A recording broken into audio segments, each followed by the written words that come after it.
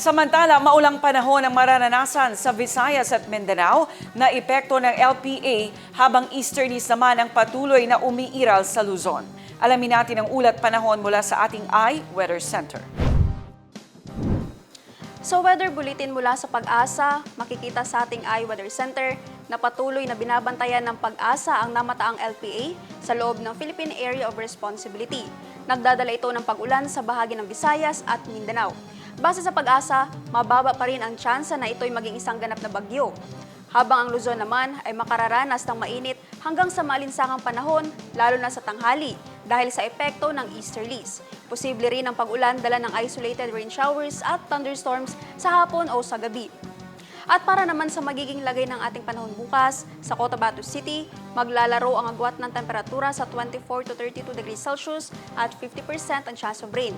Sa Maguindanao, papalo ang agwat ng temperatura sa 24 to 32 degrees Celsius at 80% ang chance ng pag-ulan. Sa Cotabato Province, maglalaro sa 24 to 32 degrees Celsius ang agwat ng temperatura at 80% ang chance ng uulan. 25 to 33 degrees Celsius naman ang magiging agwat ng temperatura sa Davao City bukas at 40% ang chance of rain.